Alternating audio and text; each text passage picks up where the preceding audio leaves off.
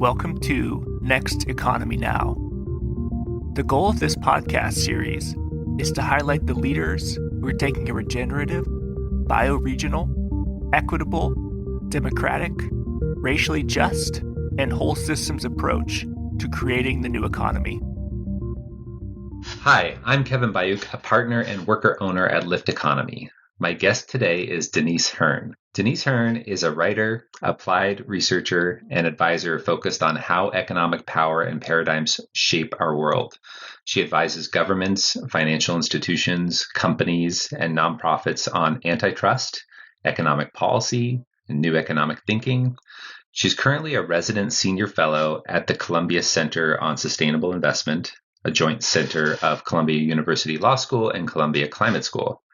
Denise co-authored The Myth of Capitalism, Monopolies and the Death of Competition with Jonathan Tepper, named one of the Financial Times' best books of 2018.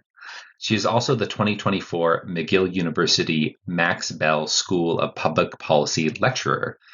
In other writing, Denise authors one of my favorite newsletters, Embodied Economics, which explores economic paradigms and financial systems through nature, body, power, care, and interconnectedness. She also keeps some personal reflection pieces and some sublime poetry on Medium, which I think you should all check out. Denise is advisory board chair of the Pre-Distribution Initiative, a multi-stakeholder project to improve investment structures and practices to address systemic risks like inequality, biodiversity loss, and climate change. Recently, Denise shared thoughts at a Long Now Foundation talk that I was privileged enough to attend called Embodied Economics, How Our Economic Stories Shape the World. I've been wanting to have Denise on Next Economy Now for a while, and so I'm thrilled that our schedules aligned. Denise, welcome back to the Next Economy. Welcome to the Next Economy Now. I mean, it feels like a welcome back because you and I have been in conversation for a few years now, and it's such a delight to be here, Kevin. And thanks for that embarrassingly kind introduction, and also the shout out to my poetry, which I appreciate. And essentially, one day I'll quit my day job and maybe try to become a bad poet. That's really my highest life aspiration. I love it. I love that life aspiration. In thinking about the life arc, always the most impossible question, but at Next Economy Now, we like to make sure that you have a proper introduction, ability to introduce yourself to listeners. Can you share a little bit about your story and kind of how you arrived at this important work that you're doing? Yeah, thank you. I mean, the first thing that actually came to mind when you asked me that this time, because every time I share my story, it's a little bit different, but really is this idea that my story is the story of so many others, or the story of my interaction with so many others, because I think in my career and in my life in general, so much of it has not been planned or orchestrated. It really has been this kind of emergent, non-linear, very unstructured path, which in so many ways, I think was a result of relationships that I had with people that sort of put ideas into my mind or exposed me to new things that I never would have ever in my wildest imagination thought that I would be interested in or work on. I'm Canadian. I grew up moving around the world every 2 or 3 years because of my father's work. And I think that sense of always being a new person in a new environment made me curious about the world, made me recognize that truth or, our sense of reality it can only sort of be triangulated, that there's no sort of one dominant way to live or way to understand reality. And I think it also made me someone who is really interested in what's happening at the edges of things. And so I think in my work, that's reflected in the fact that probably my resume looks a little wild, but also just that once I sort of get into a topic and I spend a bit of time there, it only raises more questions and sort of deeper questions for me. And I find myself then needing to go elsewhere to get a different perspective. And so I think that my story is really one, or, I think maybe one of my superpowers is sort of being a cross-pollinator between different worlds. And I think that that's where I am best positioned to offer, hopefully, to be of service to the world. Well, as a reflection, I definitely see that. I definitely recognize that superpower and the need for that type of cross-pollination, the ability to develop relationships and rapport in different contexts and to lean into what you're discovering in the questioning of reality is, I would argue, essential for our liminal times. Thank you for that edit on this life journey. I'd love to hear more another time, of course. One insight you had shared at the Long Now talk was a reflection on the power of stories. You pointed out how they literally get embodied, or not literally, they get embodied in not just our culture, but in the physical landscapes of our settlements. And in particular, you focused on stories of the economy and how they get institutionalized and the values that are kind of embedded therein.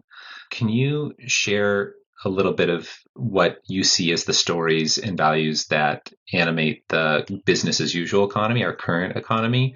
And then maybe a more difficult question, what stories or values might possibly influence the continued emergence of the next economy that works for life? Yeah, so I mean, I have to credit my friend Katrine Marcel, who shared actually that anecdote about London. And in the talk, I mentioned how if you think back to sort of middle-aged London, it was dominated by the church spires and the cathedrals, because that's where the centers of sort of economic and political power and hegemonic power, the power of ideas to shape society, really rested. And then as you moved into the sort of 19th and 20th century, the role of the state and public policy took that's kind of where the center of power moved. And so you had these beautiful judicial buildings and legislative buildings and Big Ben and so forth. And they sort of manifested the sense that this is where the institution of power rested. And now when you look at the skyline of London and many global cities, it's all financial towers and luxury condos. And so in this very real physical way, you can actually see the ways that our cultural narratives, our kind of meta memes about what we value and where power sits in the economy actually scaffolds the cities, scaffolds the actual physical elements of our world. I think that's one example, but we can think of others. And you can think about the ways that global financial flows and capital markets pick sort of winners and losers. They pick countries, they pick sectors. This is like actually part of how they operate, right? Is they think about asset allocation, they think about where to invest their money, what's deemed risky, what's not, and so forth. And so in all of these ways, these kind of underpinnings, these understandings, which, at the end of the day, I guess the point I'm trying to make is a lot of it is just sort of collective myth making or narrative, really shape how the world looks. And not just, I love this quote by Mariana Mazzucato, where she says that growth doesn't just have a rate, it has a direction. And I would say the same thing about innovation or anything else, that all of this is shaped by the kind of predominant paradigms of our time. And so I think there's many that exist right now, and I think your listeners know them better than anyone, and the people in your community.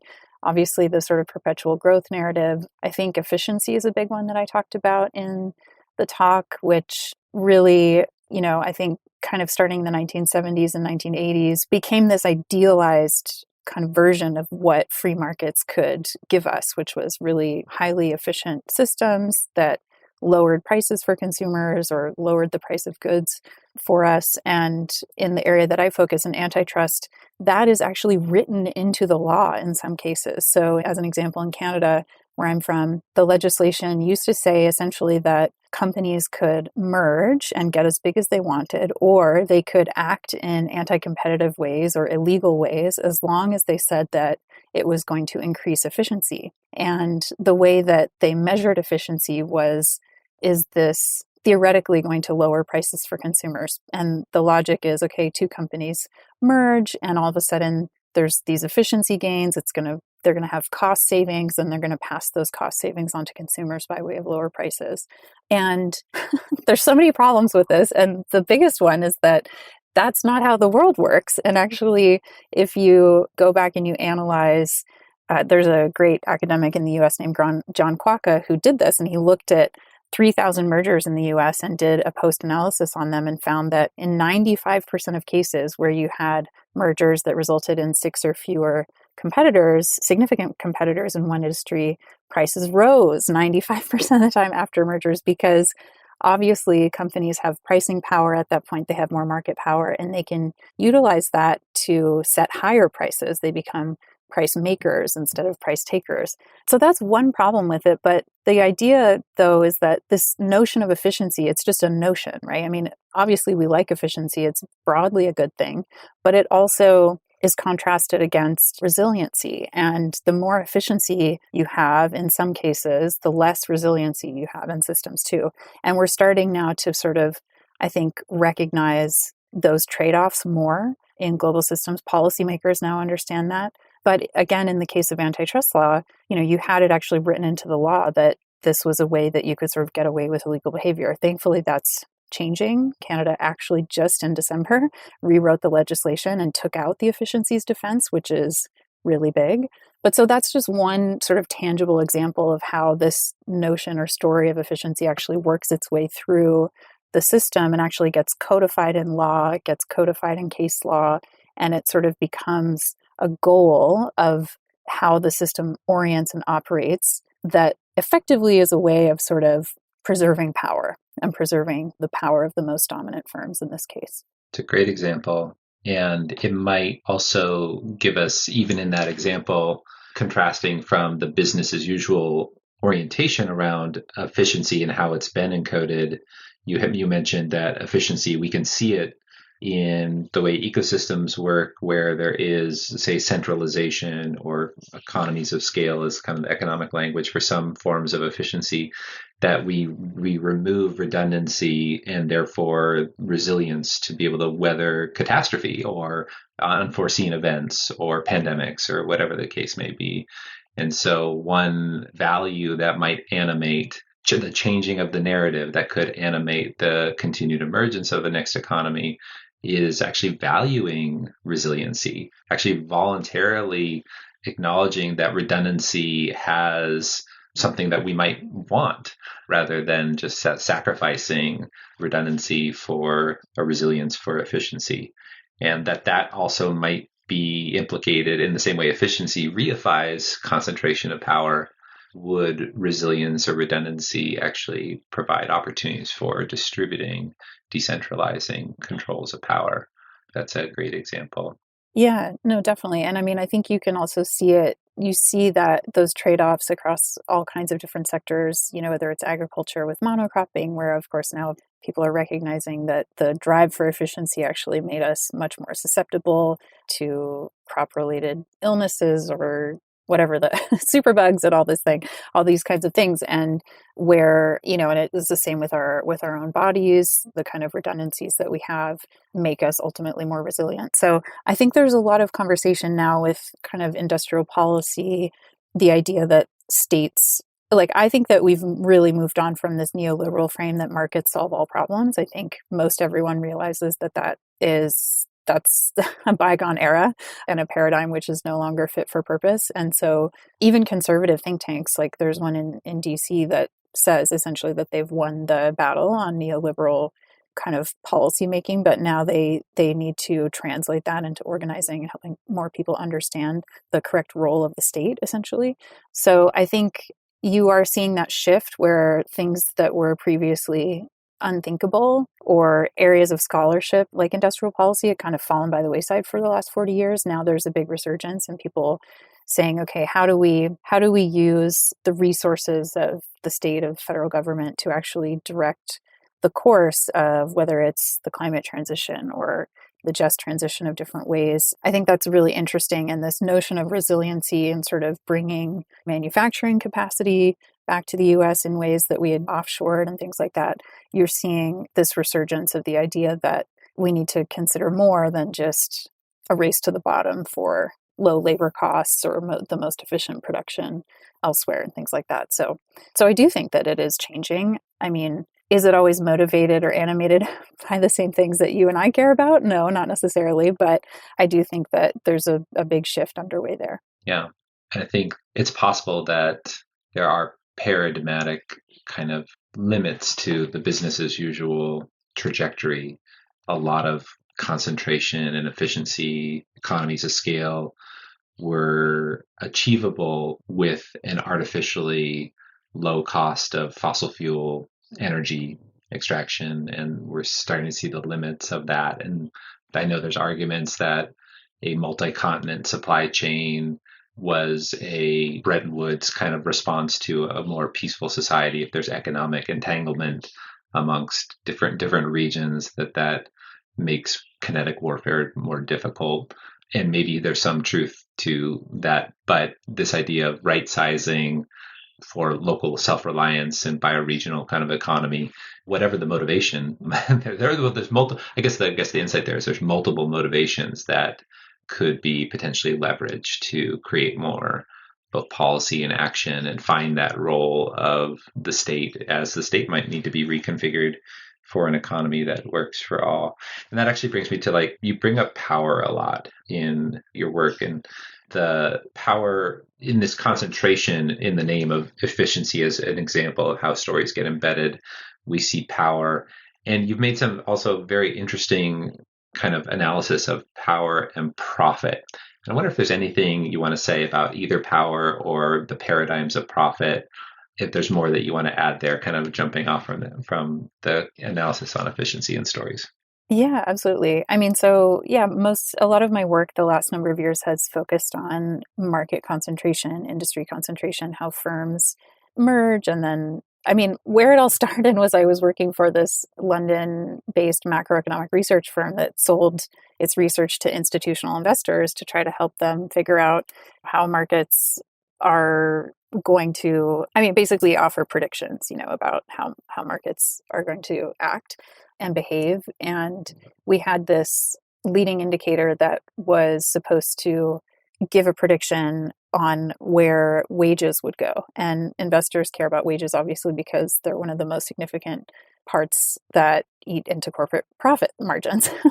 So they want to know whether wages are going up or down. And essentially the indicator broke, it stopped working. And the founder of the research firm was interested in why that was, what they had missed. And him and I ended up co-authoring this book together on industry concentration and its macroeconomic effects, its effects on inequality, its effects on workers' wages and consumers and everything. And so that's where I really got sort of turned on to this idea about market structure and how power manifests in the economy, and really how pervasive it is that across so many different industries you wouldn't even think about. Chlorine manufacturing for pools. There was, back to the resiliency, there was a major shortage because there was essentially one factory in all of the US that made pool chlorine, and it had, I forget if there was some sort of natural disaster or something. And so all of a sudden, there's a monopoly on pool chlorine, and then all of a sudden something hits it and you can no longer get that good. I mean,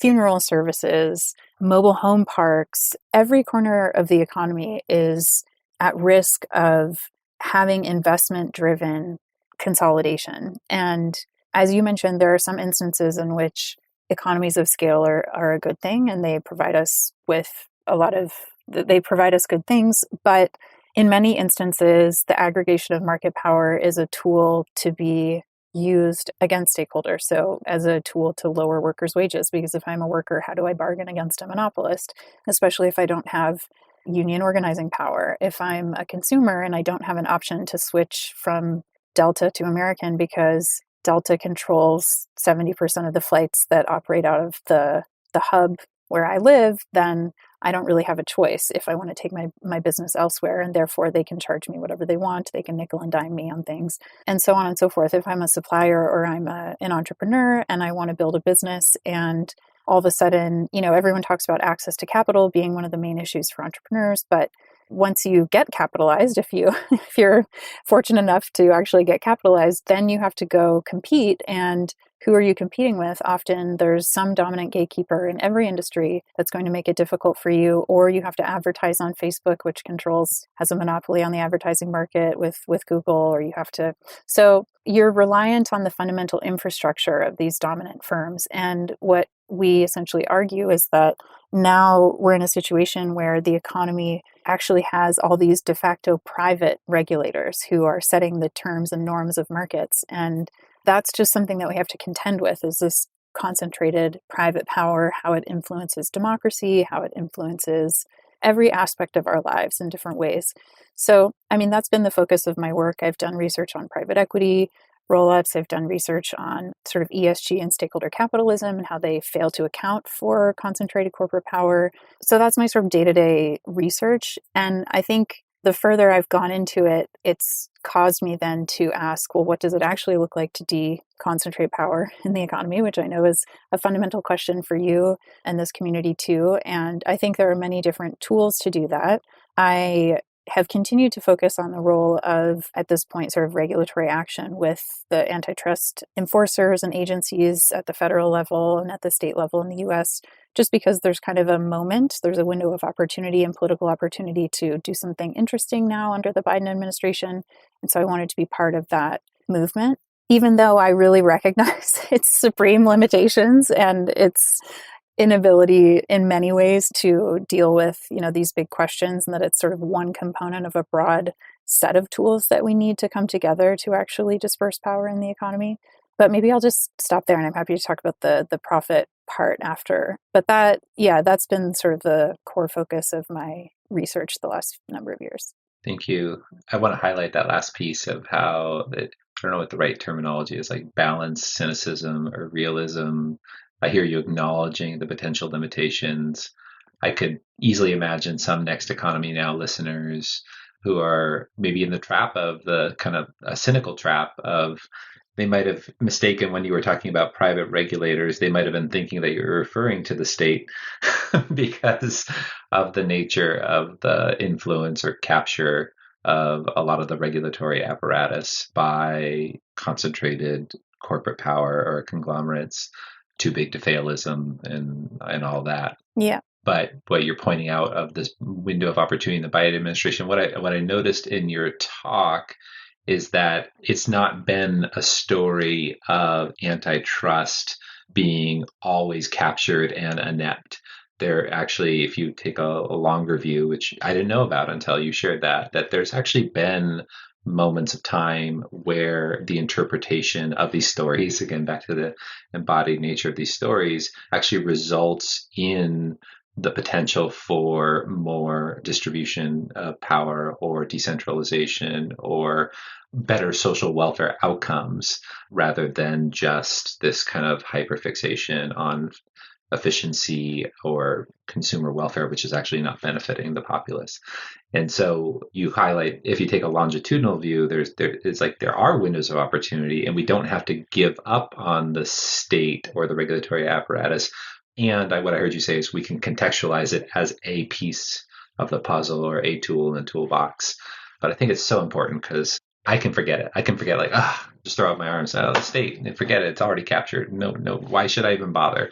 But I've learned from you that actually it's important to consider from a strategic perspective, this is a tool. Is there anything you want to say about some of that historical perspective that you've brought, or anything more about how antitrust has been interpreted? Yeah, no, I really appreciate your reflections, and I agree with them. And I think something I struggle with is, of course, first of all, the kind of state, versus market, or state versus private firms, as you rightly point out, is an erroneous sort of delineation because they both suffuse each other in so many ways. And yes, the regulatory capture is very real.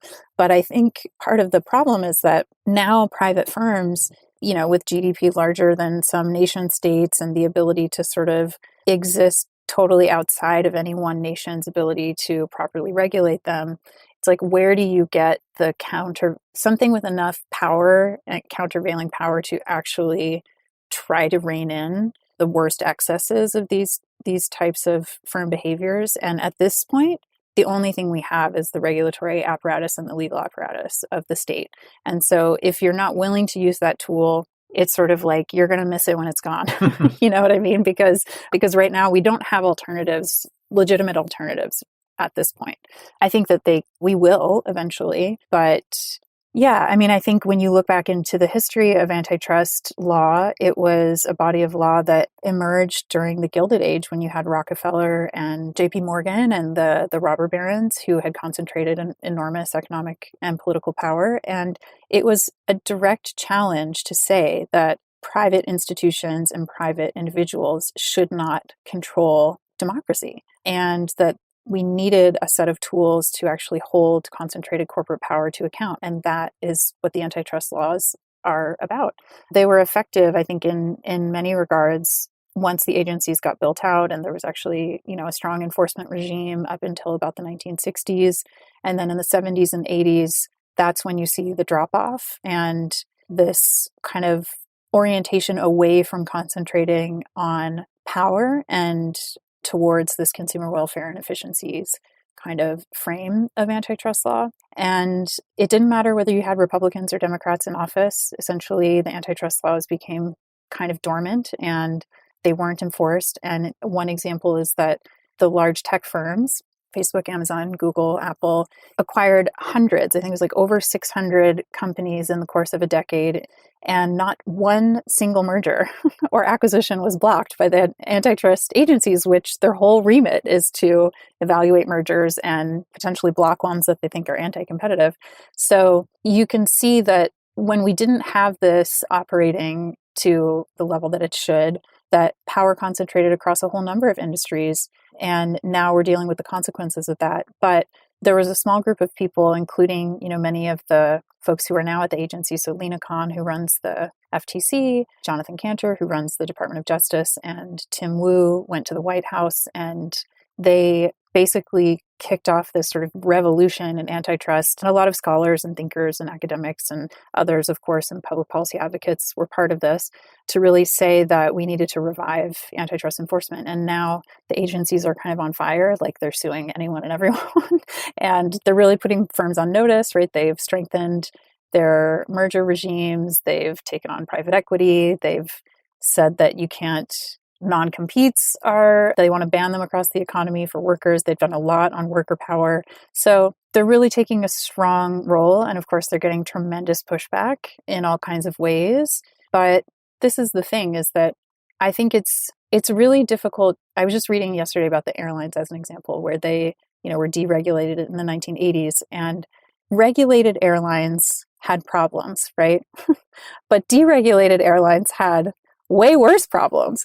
It's sort of hard to sometimes consider what the counterfactual is when the regulatory apparatus or whatever, as imperfect as it is, but when it's taken away, then it's when we realize maybe what the good things that we did have that weren't perfect, but they were better than sort of what we've been left with. So I think that's where I kind of think that it's still an important tool and leverage point, even though, I think on Janella Meadows, leverage points for systems change is like number 8, It's up in the stack, maybe not at the paradigmatic level. Yeah.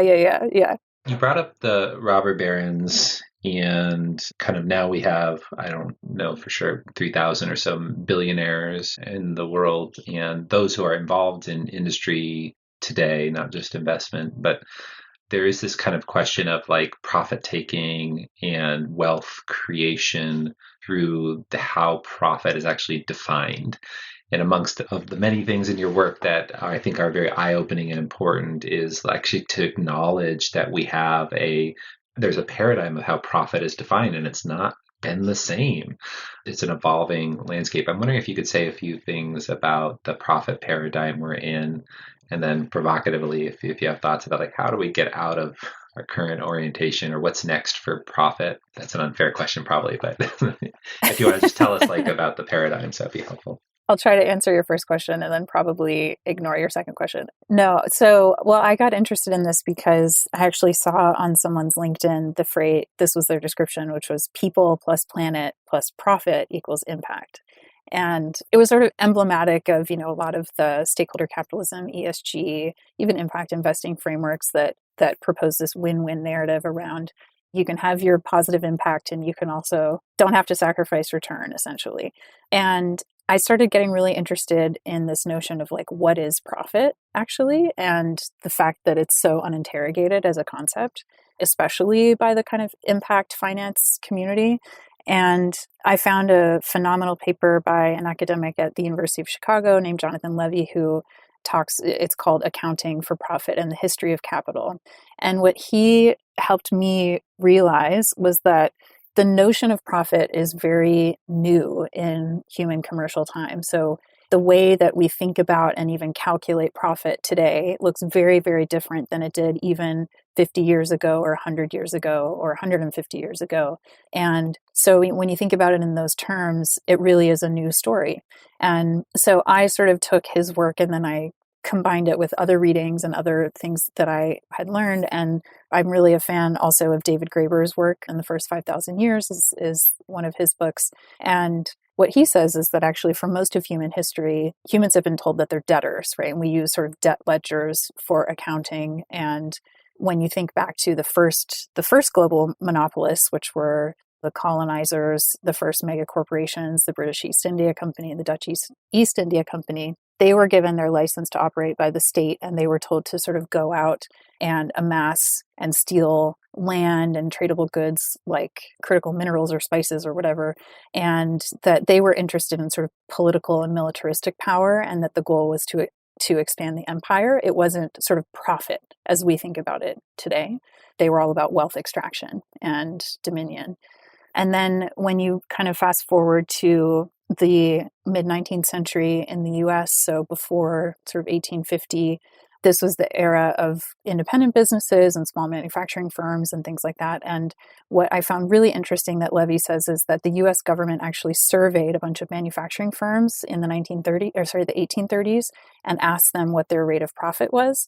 And over half of them didn't respond because they didn't measure profit. They essentially were happy if at the end of the year in their stock room, they had more surplus than they weren't in deficit. Again, like back to the debt ledger kind of concept. So profit wasn't really a thing in the same way that we conceptualize it. And then I won't belabor you with like all the all the other parts, but as you see the rise of the multinational firm that spreads out across the globe, they have to figure out ways of measuring their rates of profit. So it becomes more of an internal, like tangible metric. Of course, they also have to report on profits if they're a public company and things like that, but it was more a bureaucratic phenomenon. And then it's not until the kind of 1980s where our whole profit regime really shifts, and even the accounting that underpins it. So they start adopting an accounting standard called mark to market, which is that you can value an asset at whatever it could sell in the market for today.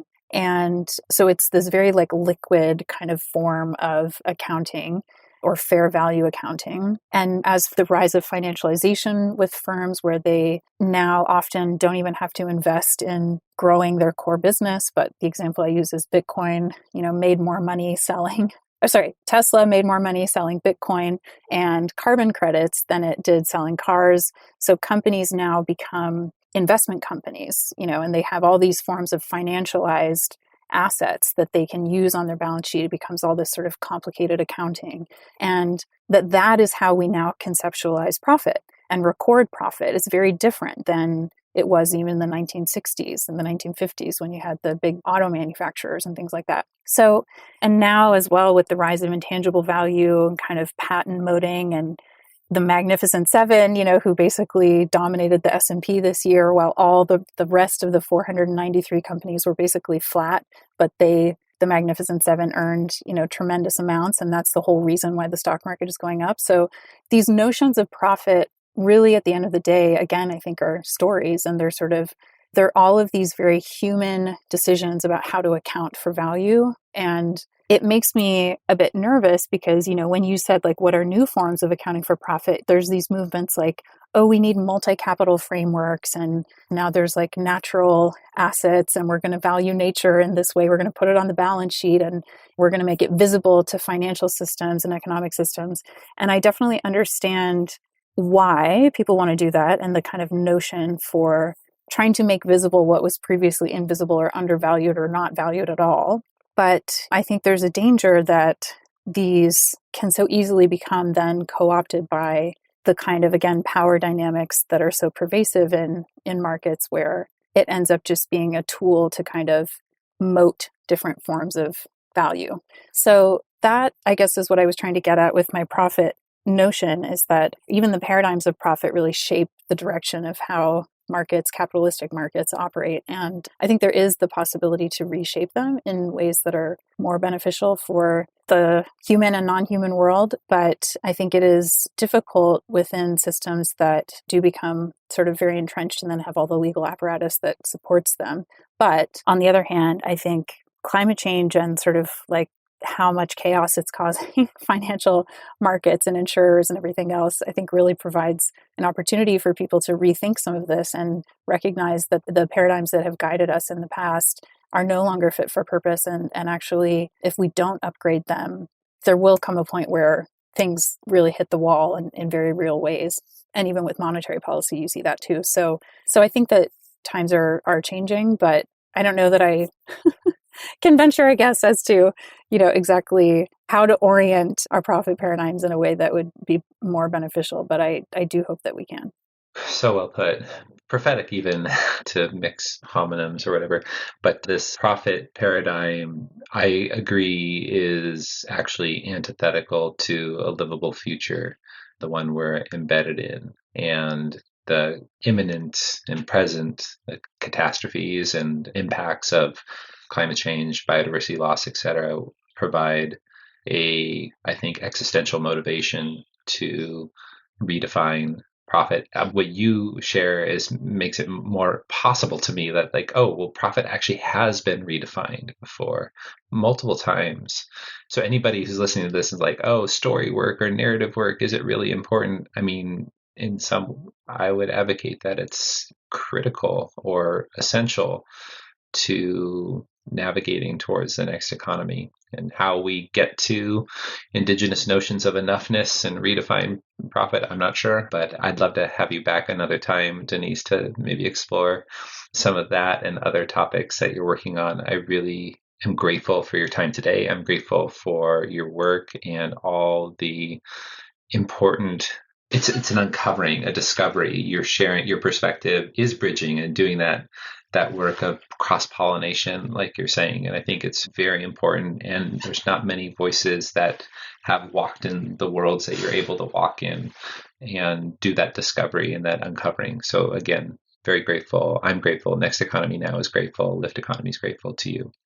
Is there anything you'd like to say for last words on this? Well, I also feel so grateful. Thank you. And like I had mentioned, I followed your work and Lift Economy's work for a long time and been deeply inspired. And I do feel a profound sense of hope that sort of each of us is operating in the ways, I think, in different spaces and different conversations, and hopefully using our unique set of skills and abilities to work on different parts of this giant Gordian knot, which is like, how do we make this a livable, equitable planet for all of us? And so it just gives me great joy and a sense of hope to know that you and your community are doing the work that you're meant to be doing. And hopefully I'm doing the same, and that all of this adds up to something greater than the sum of its parts. So thank you for having me on and for the conversation, and would love to do more of this. All right. Well, may it be so. Thanks, Denise. Thank you. Next Economy Now is a production of Lift Economy. To listen to all of our episodes, go to lifteconomy.com/podcast. That's LIFT economy.com/podcast. You can also sign up for our monthly newsletter at lifteconomy.com/newsletter. Please also rate and review our podcast on iTunes, Spotify, Stitcher, or wherever you get your podcasts. Thanks for listening. Thanks for tuning in to today's episode. Before you go, we wanted to let you know that our spring cohort of the Next Economy MBA begins on March 26th. If you're an entrepreneur seeking to create a business that works for all life, a member of a team looking to transition your organization into one that is more regenerative and democratic, or someone who's considering a career or livelihood transition and embodiment with your values, we designed this course for you. Over this 9-month learning journey, you'll have the chance to learn practical skills around business and life design based on our work with over 250 social enterprises. In addition to live sessions, you can deepen your experience and practice with special sessions, affinity groups, and connections with over 500 alumni who have participated in the course. Interested in learning more? Visit lifteconomy.com/MBA to view our course curriculum and sign up for a free intro with one of our facilitators.